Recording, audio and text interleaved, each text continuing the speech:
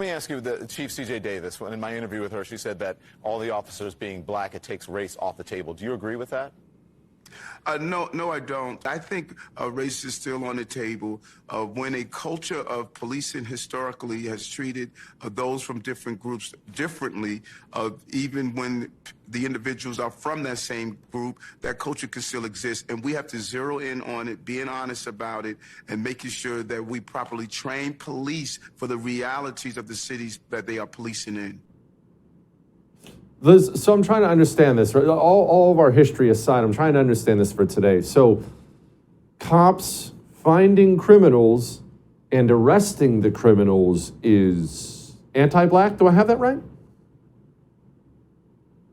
Well, it sounds like a silly narrative, but it's actually not quite that silly. It's a lot more nefarious than that. I do want to mention, I'm glad to see that Don Lemon has upgraded from his hoodie to a designer suit after all that backlash. That really, I don't know about you, but it makes me take his commentary a little bit more seriously when he's not wearing sweatpants to work.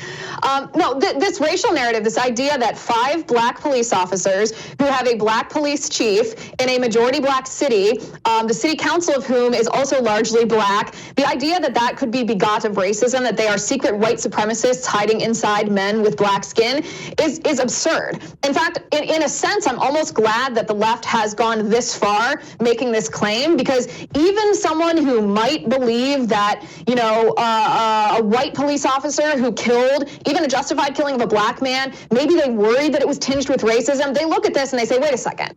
How is that possible? How could that possibly be the case? And so the left has been forced to explain what they mean, that it doesn't matter the color of the skin of the officer who's involved. The fact that he is a police officer, part of the police force, means that he is part of institutional racism, because they accuse police, the idea of people from our own community governing and helping execute the laws that we've all democratically agreed to, that is somehow rooted in believing something derogatory about someone else based on the color of their skin or their nation of origin.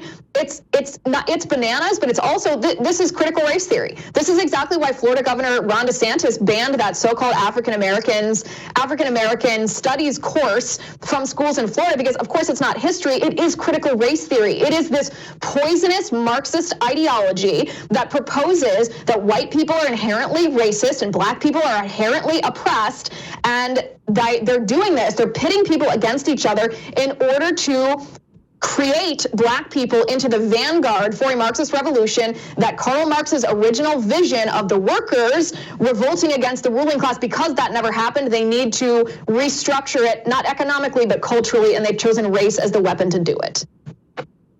So in the end, this is just about the same thing communism has always been about. In the end, this is just about burning America to ash. There's no lofty race goal here. Is that what you're telling me, Liz? That's correct, because you'll notice what they're calling for legislatively now. They're calling for police reform to pass, but I took a look at some of this police reform, and I'm open to it. If there are ways that we can improve our police forces, that's fine. I'm not someone who's inherently #back the blue, because I also have a healthy skepticism of any government agent that has a license to harm me or kill me based on, yes, the history, both past and present, of our country. So if there's any way that we can better order our police forces, I'm open to it. But I looked at this legislation, and all it does is tie the hands of police officers, make everything about race, and ultimately it will make our communities less safe.